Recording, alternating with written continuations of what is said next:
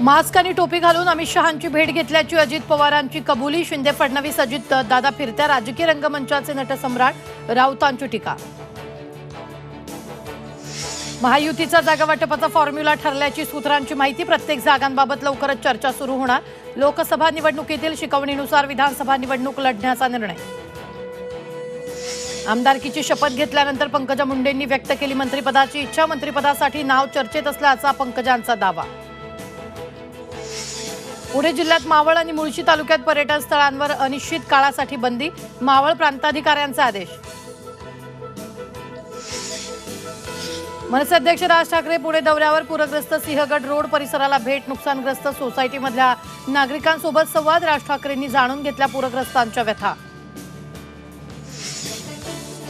गणेशोत्सवात राज्य सरकारकडून मिळणार आनंदाचा शिधा। 1,70,00,000 कुटुंबांना मिळणार लाभ।